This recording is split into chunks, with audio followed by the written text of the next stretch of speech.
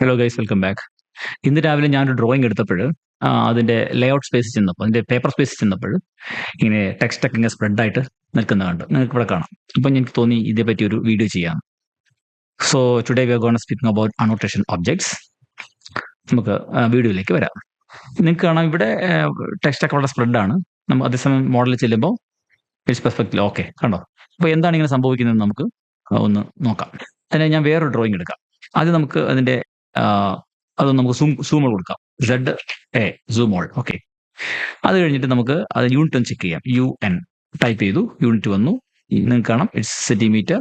Then I click on here. Okay. നമുക്കിത് ഇതിന്റെ limits check ചെയ്ത് നോക്കാം. LIMITS. ഇപ്പൊ ഇത് 5000 എന്നൊക്കെ കിടക്കുന്നത്. നമുക്കിതൊന്ന് ചേഞ്ച് ചെയ്യാം. എഗെയിൻ നമ്മളൊന്ന് ലിമിറ്റ് കൊടുത്തു. Lower left corner 00. അത് നമ്മൾ ചേഞ്ച് ചെയ്യേണ്ട കാര്യമില്ല. Then we have to change here 420 by 295. Okay, then again I put Z for zoom and then A for all. Okay, ഒന്നുകൂടെ ചെക്ക് ചെയ്യാം. നമ്മൾ കൊടുത്ത വാല്യൂ അത് എടുത്തിട്ടുണ്ടോ, അക്സെപ്റ്റ് ചെയ്തിട്ടുണ്ടോ അറിയാൻ വേണ്ടി ചെക്ക് ചെയ്യാം. ഒന്നുകൂടെ limits lower left 00, upper left 420 295. ഇതൊരു അപ്രോക്സിമേറ്റ്ലി ഇതൊരു A3 പേപ്പറിന്റെ സൈസാണ്. സോ നമുക്ക് ഒരു ലൈൻ സ്റ്റാർട്ട് ചെയ്യാം. So L lower left corner ഞാൻ 00 എന്ന് കൊടുത്തു. അപ്പർ ലെഫ്റ്റ് കോർണർ ഞാൻ 420 by 295 എന്ന് കൊടുത്തു. സോ എനിക്ക് ഇങ്ങനെ ഒരു സ്ലാൻഡർ ലൈൻ കിട്ടി. വൺസ് അഗൈൻ ഞാൻ ഒരു ലൈൻ ഇവിടെ വരയ്ക്കുകയാണ്. Line lower left corner 00, upper right corner ഞാൻ ദിസ് ടൈം 295 by 420 എന്ന് കൊടുത്തു. ഓക്കെ, ഇപ്പം ഇങ്ങനെ കിട്ടി. ഒരു റെക്റ്റാങ്കിൾ വരച്ച് നോക്കാം. ഒറിജിനിൽ നിന്ന് റെക്റ്റാങ്കിൾ വരച്ച് നോക്കാം. REC. ഇതെൻ്റെ ലാൻഡ്സ്കേപ്പ് ആണ്. ഇത് പോർട്രേറ്റ്. ഇതിൻ്റെ ഡയമെൻഷൻ എടുത്ത് നോക്കാം. ഈ സൈഡ് 295, ഈ സൈഡ് 420, then ഈ സൈഡ് 420, ഈ സൈഡ് 295. ഇത് ഞാൻ വെറുതെ എടുത്തതാണ്. ഇത് പേപ്പറിനുള്ളിൽ നിങ്ങൾക്ക് വരയ്ക്കാൻ വേണ്ടി മാത്രം ഞാനിത് കാണിച്ചു തന്നേ ഉള്ളൂ. ഇനി നമുക്കിത് കളഞ്ഞേക്കാം. നമുക്ക് ഈ സ്പേസിൽ നമുക്കൊരു റെക്റ്റാങ്കിൾ വരയ്ക്കാം. Polyline 50 50 50 cos. ഓക്കെ, ഇത് നമുക്ക് ഡയമെൻഷൻ ചെയ്യാം. 50. ഇത് നമുക്ക് കോപ്പി ചെയ്യാം. ഇനി നമുക്ക് ഈ 50 ഈ ഡയമെൻഷനെ നമുക്ക് അനോട്ടേറ്റീവ് ആക്കാം. ക്ലിക്ക് ചെയ്യുക, Ctrl+1 പ്രസ് ചെയ്യുക പ്രോപ്പർട്ടിക്ക് വേണ്ടിയിട്ട്.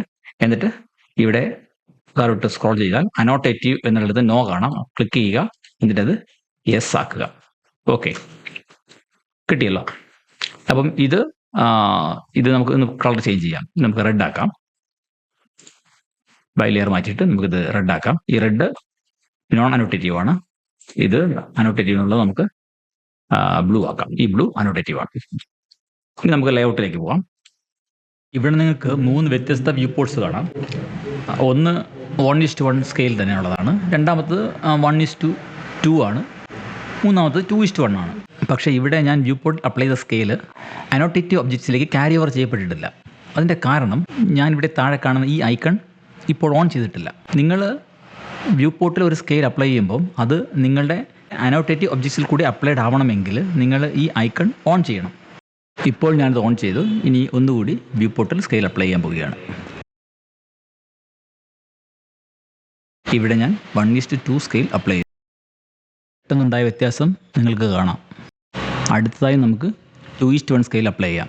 ഇങ്ങനെ ഇത് 1:1 ആണ്, അതായത് ആക്ച്വൽ സൈസാണ്. ഇത് 1:2 ആണ്. ഇത് 2:1 ആണ്. ഓക്കെ, ഇവിടെ അനോട്ടേറ്റീവ് ഒബ്ജക്റ്റും നോൺ അനോട്ടേറ്റീവ് ഒബ്ജക്റ്റും ഒരേ സൈസ് ആണ്. ഇവിടെ അനോട്ടേറ്റീവ് ഒബ്ജക്റ്റ് നോൺ അനോട്ടേറ്റീവിനേക്കാൾ ഇരട്ടി സൈസാണ് തോന്നുന്നതിന്റെ കാരണം ഇത് ചെറുതായി, പക്ഷെ ഇത് അതിന്റെ യഥാർത്ഥ വലിപ്പം കീപ്പ് ചെയ്തു. ഇവിടെ നോക്കിയാൽ അനോട്ടേറ്റീവ് ഒബ്ജക്റ്റിന്റെ ഡബിൾ സൈസിലാണ് നോൺ അനോട്ടേറ്റീവ് ഒബ്ജക്റ്റ്. കാരണം ഇത് അതിന്റെ യഥാർത്ഥ സൈസ് കീപ്പ് ചെയ്തപ്പോൾ ഇത് ഡബിളായി. കാര്യം ഇത് 2:1 സ്കെയിലാണ്. ഇനി നമ്മൾ മറ്റേ ഡ്രോയിങ്ങിലേക്ക് പോവാം. ഇവിടെ ഞാൻ ലേഔട്ടിൽ ചെന്നപ്പോൾ ഈ ടെക്സ്റ്റുകളൊക്കെ വലുതായിട്ട് കിടക്കുകയാണ്. ഞാൻ നേരെ മോഡലിൽ പോയി അവിടെ ഞാൻ ഈ ആപ്ലിക്കൻസ് നെയിം ആൻഡ് അഡ്രസ് എന്ന ടെക്സ്റ്റിനടുത്തേക്ക് മൗസ് കൊണ്ട് ചെന്നപ്പോൾ ഫ്ലവർ എൻ്റെ രൂപത്തിലുള്ള 2 ഐക്കൺസ് കാണാൻ പറ്റും. അതിനർത്ഥം ഈ പ്രത്യേക അനോട്ടേറ്റഡ് ടെക്സ്റ്റിൻ്റെ 2 സ്കെയിൽസ് അപ്ലൈഡ് ആയിട്ടുണ്ട് എന്നതാണ്. ഞാൻ എന്ത് ചെയ്തു, അനോട്ടേറ്റ് എന്ന ടാബിൽ പോയിട്ട് ഇവിടെ ആഡ് കറണ്ട് സ്കെയിൽ എന്നതിൻ്റെ ലെഫ്റ്റിൽ ആഡ് ഓർ ഡിലീറ്റ് സ്കെയിൽസ് എന്ന് കാണും. അത് ക്ലിക്ക് ചെയ്തു. അവിടെ അനോട്ടേറ്റീവ് ഒബ്ജക്റ്റ് സെലക്ട് ചെയ്യാൻ പറയുന്നു. ഞാൻ ഹോൾ ഡ്രോയിങ് സെലക്ട് ചെയ്തു. അപ്പം എല്ലാ അനോട്ടേറ്റീവ് ഒബ്ജക്റ്റും സെലക്ട് ആയിട്ടുണ്ട്. ഇനി എന്ത് ചെയ്തു, ഞാനത് എൻ്റർ ചെയ്തു.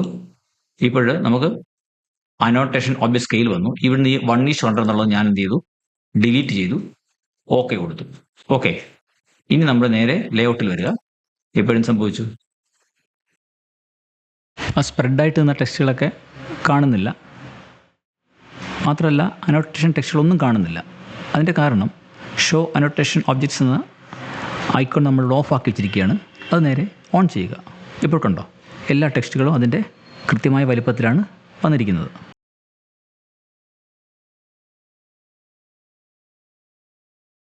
ഇന്നത്തെ ട്യൂട്ടോറിയൽ ഇവിടെ കഴിയുകയാണ്. ഇഷ്ടപ്പെട്ടെങ്കിൽ ലൈക്ക് ചെയ്യുക, ഷെയർ ചെയ്യുക, സബ്സ്ക്രൈബ് ചെയ്യുക.